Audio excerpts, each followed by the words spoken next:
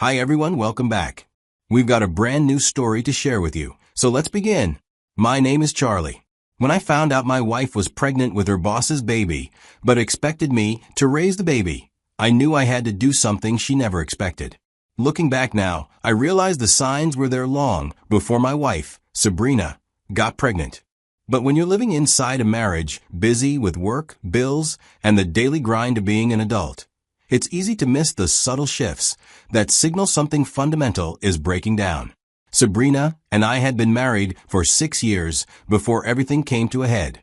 We met through mutual friends when I was working as a consultant at a mid-level firm, and she had just landed her first real job at First National Bank as a junior loan officer. We both had ambitions, and we both wanted to build careers and create a stable life together. The first few years of marriage were good. We bought a house in the suburbs after our second anniversary, a modest 3-bedroom apartment that felt like a mansion compared to where we started from. We had dinner together most nights, took trips, and talked about everything from work drama to our plans for the future. Our physical intimacy felt unbreakable as we satisfied each other in the other room. However, around year 4 of marriage, things changed. It was gradual at first. I assumed it was the type that married couples often experience as the initial excitement settles into routine. We were now both working hard, coming home exhausted, spending evenings on our laptops or collapsed in front of the TV. Date nights have become less frequent than they used to. Our conversations became more about who was picking up groceries, paying the minor bills, and other things. Our physical intimacy did decline, too. What had been 3 or 4 times a week dropped to maybe once every 2 or 3 weeks. Sabrina always seemed more tired and stressed than I. I tried not to take it personally because I assumed this was just what happened when couples settled into long-term relationships. During our 4th anniversary dinner, we briefly discussed having children. Sabrina had always said she wanted kids eventually, but when I brought it up that night, she deflected quickly. She said she was working towards getting promoted at the moment, mentioning how we needed to be more financially stable before trying to have kids. From all her responses, I understood that her career came first. I understood her position, or at least I tried to. Banking was competitive, and Sabrina had worked hard to establish herself in what was still very much a male-dominated field. I told her I supported whatever timeline felt right to her, and I meant it. But I'd be lying if I said I wasn't disappointed. At 30, I was ready to start thinking about the next phase of our lives. The real changes began sometime after that anniversary. Sabrina started staying late at work more frequently. When I decided to confront her with this new development, she explained that the promotion she was working for was demanding, and most of her client meetings took more time. The banking industry was demanding, she reminded me, and if she wanted to advance, she needed to put in the extra hours. I noticed other changes, too. Sabrina seems to attend every networking event and industry seminars that always pop up regularly. When she is with me at home, she's always on her phone, which she claimed to be handling work-related, confidential banking business that she couldn't discuss. As the months passed, the distance between us grew wider. Sabrina would come home from these long days, shower immediately, then spend time on her phone or laptop, claiming she had follow-up emails to send or presentations to review. Our weekend routine changed, too. Previously, she had guarded her weekends fiercely, insisting that work stayed at the office. My attempts at physical intimacy gradually got rejected more frequently at this point. Sabrina always had a reason. When we did have sex, it felt different somehow, like her mind was elsewhere. I started to feel like we were 2 people sharing expenses and living space rather than building a life together. The arguments started around this time. I finally worked up the courage to tell Sabrina that I felt neglected, that our marriage seemed to be falling apart while she focused entirely on her career. I asked if there was something else going on, something outside of work that was taking her attention away from us. Sabrina's response was sharp and dismissive. She called me insecure and unsupportive, accused me of trying to sabotage her career advancement just as she was gaining momentum. Feeling hurt and confused by her reaction, I decided to seek advice from my close friends who had been married for 12 years. I respected their relationship and thought they might have insight into what Sabrina and I were going through. They assured me that Sabrina was probably just stressed about her career prospects, that banking was an incredibly competitive field. My friend's wife shared her own experience of being distant and preoccupied during her CPA exam preparation, reminding me that ambitious women often have to work twice as hard to prove themselves professionally. Their reassurance helped, or at least I let it help. I convinced myself that Sabrina needed my patience and understanding rather than my suspicion and neediness. I tried to be more accommodating, more encouraging of her career focus. I would try to adjust and show my support for her professional dedication. But even these gestures felt off somehow. The 2 times I surprised Sabrina at the office, she seemed uncomfortable rather than pleased. She rushed through our meeting and ushered me out quickly, explaining that she had pending work to finish and couldn't afford to spend much time with me. Both times, I noticed her branch manager hovering nearby. He was friendly enough, and I never thought much about it back then. I believed Sabrina was ambitious and professional. Of course, she had good relationships with her supervisors and colleagues. By our 5th anniversary, I had mostly convinced myself that we were going through a rough patch that would eventually resolve itself once my wife achieved her professional goals, and she would create more time and energy to focus on our marriage again. We had reservations at the same Italian restaurant where we'd celebrated most of our anniversaries. The dinner started normally enough, though Sabrina seemed distracted throughout the meal. It was like she had something to say but couldn't figure out how to say it. I asked her several times if she was okay, and the response was the same. She was fine. I felt like she would open up if she wanted to. After we ordered dessert, Sabrina took a deep breath and told me she had news. She was pregnant, about 8 weeks along. My initial reaction was pure joy. This felt like the breakthrough we needed, the thing that would bring us back together and give us a shared focus beyond our individual careers. I reached across the table and grabbed her hands, already talking about converting the spare bedroom into a nursery, about names we might choose, about telling our families. But as I watched Sabrina's face, I realized her expression didn't match the moment. She looked more anxious than happy, more concerned than excited. Later that night, as we got ready for bed, I started doing the math in my head. 8 weeks pregnant meant conception had occurred roughly 10 weeks ago. I tried to remember when Sabrina and I had last been intimate, really intimate, not just the quick, mechanical encounters that most the same time I don't even climax. The more I thought about it, the more uncomfortable I became. Our last meaningful sexual encounter had been at least a month before the 8 weeks she mentioned. The timeline didn't add up, but I didn't want to voice my suspicions immediately. Maybe I was miscalculating. The next morning, when I suggested we call our parents to share the good news, Sabrina asked me to wait. She wanted to keep the pregnancy private until she was further along, until she was safely into the 2nd trimester. This request felt strange to me. Sabrina had always been close to her family, quick to share both good news and problems. Her desire to keep such significant news secret seemed out of character. But pregnancy could affect women in different ways, I reasoned. Still, I respected her opinion. She probably wanted to be certain everything was progressing normally before making announcements. Over the following weeks, I found myself becoming increasingly suspicious despite my attempts to stay rational. I downloaded a pregnancy tracking app and calculated conception windows, cross-referencing them with my memories of our intimate moments. No matter how I approached the math, the timeline remained problematic. The most likely conception date corresponded with a period when Sabrina had been working late almost every night, when we had barely seen each other, let alone been physically intimate. What made the situation even more confusing was the dramatic change in Sabrina's behavior once she announced the pregnancy and noticed my acceptance of it. Suddenly, she was affectionate again. This shift felt jarring after the distance and coldness of the previous months.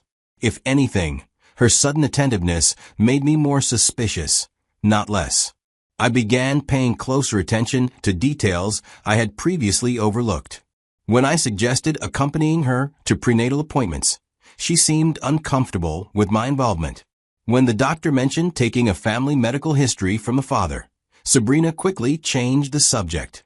As Sabrina entered her second trimester, I made a decision that would change everything. I decided to wait until she was close to delivery before confronting her about my suspicions. My reasoning was strategic. I was sure I wasn't wrong because every indication showed my suspicions were valid.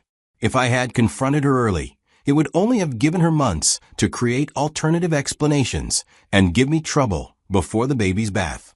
Now that I waited until the baby was almost due, if she denies, a DNA test would provide definitive answers within days of birth. The months of waiting were excruciating. I had to act like an excited, expectant father while harboring serious doubts about my wife's fidelity and the paternity of her child. I helped prepare the nursery, attended baby showers, smiled through conversations about our expanding family, all while feeling like I was living in an elaborate deception. I also prepared for the possibility that my worst fears were justified.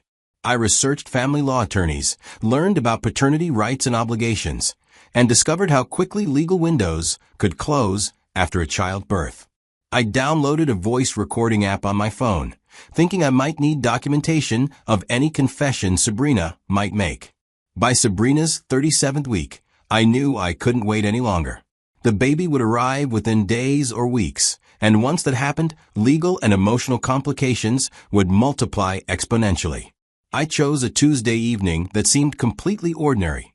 We had eaten dinner together, gone through our normal routines, and were preparing for bed.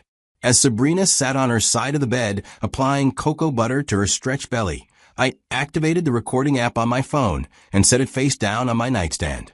Then I asked the question I had been rehearsing for months. Whose baby was she carrying?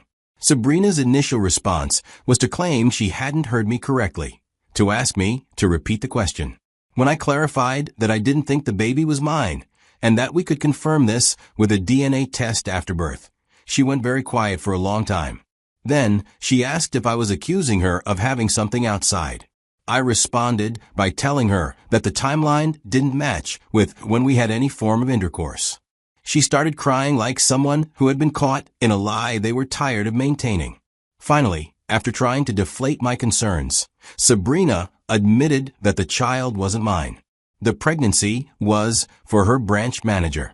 But instead of apologizing or showing remorse, Sabrina immediately began trying to convince me that we could make the situation work. She reminded me that I had always wanted children, that we were fairly stable and financially secure, and that her boss was already married with kids. Sabrina genuinely seemed to believe that I should be willing to raise another man's child simply because it would solve her problems. She spoke about my potential love for the baby as if it would erase the months of deception, as if genetics and paternity were mere technicalities that shouldn't matter to a loving husband. She presented her proposal not as a desperate plea for forgiveness, but as a practical arrangement that would benefit everyone involved, everyone except me, apparently. I told Sabrina I needed time to think about her suggestion, though I had already made my decision in my mind. That night, she fell asleep within an hour, seeming relieved to have finally shared her secret. I lay awake listening to her breathe, marveling at her assumption that I would be willing to pretend her child was mine. The next morning, I called in sick to work and drove directly to the office of a family law attorney I had been in contact with recently.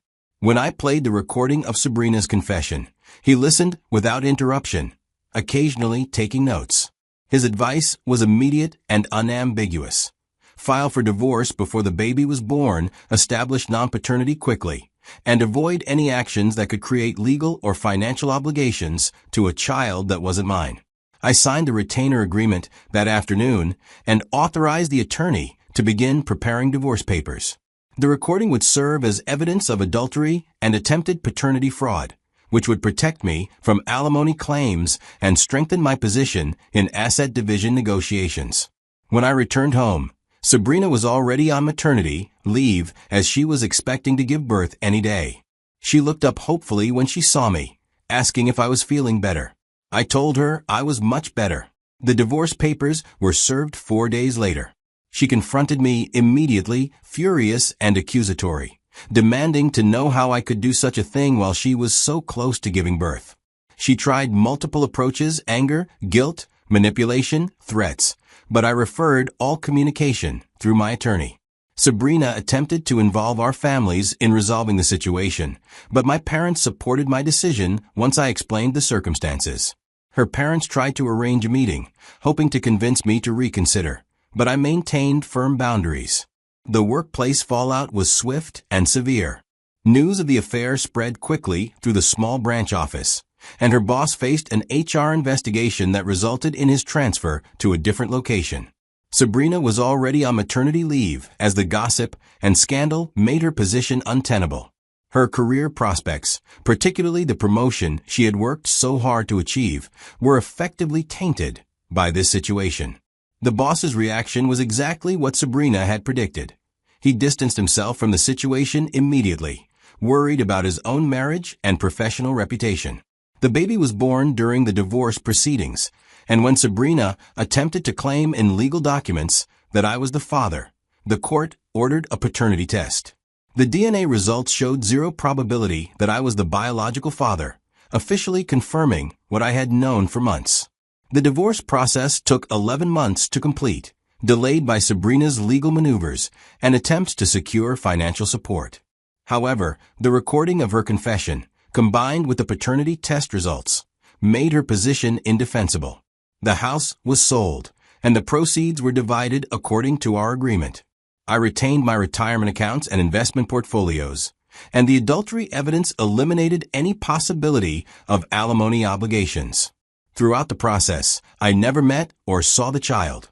I maintained strict legal boundaries, understanding that any emotional involvement could create complications or obligations that would follow me for decades. Her boss's paternity was eventually established through separate legal proceedings she took against him, though I wasn't involved in those arrangements. The final decree was granted on a cold Thursday morning in February. After nearly a year of legal proceedings, I was completely free of any ongoing obligations to Sabrina or her child. Her attempts at reconciliation throughout the process were firmly rejected. The trust that had been broken could never be repaired. The months immediately following the divorce were difficult. I struggled with feelings of betrayal, anger, and loneliness that I hadn't fully anticipated. There were sleepless nights when I replayed our entire marriage, wondering what signs I had missed, questioning whether I had been naive or willfully blind to what was happening. Therapy helped me process the experience and begin rebuilding my sense of self-worth. Gradually, I began to understand that my decision to divorce Sabrina wasn't just about the affair or the pregnancy. It was about the fundamental disrespect she had shown by expecting me to live a lie for her convenience. The realization that felt most liberating was this: Sabrina hadn't loved me as a person, but rather as a provider of security and stability. When her affair created complications that threatened her comfortable life, she expected me to absorb the consequences without regard for my own feelings or dignity. Her proposal that I raise her boss's child wasn't born of love, but of a calculated assessment that I was useful enough to keep around. 2 years after the divorce was finalized, I can honestly say that my life is better than it was during those final years of marriage. I moved to a new apartment, renewed my focus on fitness and friendships, and found professional success that led to a significant promotion. While I might date again, I am more cautious about red flags and boundary violations than I was in my 20s. The experience taught me that self-respect is more valuable than preserving a relationship built on deception. Sabrina's expectation that I would raise another man's child simply to maintain her version of family stability showed a level of disrespect that no amount of couples counseling could have addressed. Filing for divorce wasn't an act of revenge or spite. It was an act of self-preservation. Sometimes the kindest thing you can do for yourself is to refuse to participate in someone else's deception, even when that person is someone you once loved deeply. Looking back now, I realized that the worst part of the entire experience wasn't discovering Sabrina's affair or learning that her child wasn't mine. The worst part was the moment I understood that she thought so little of me that she believed I would accept such treatment indefinitely. That's when I knew our marriage had been over long before I filed the papers that made it official.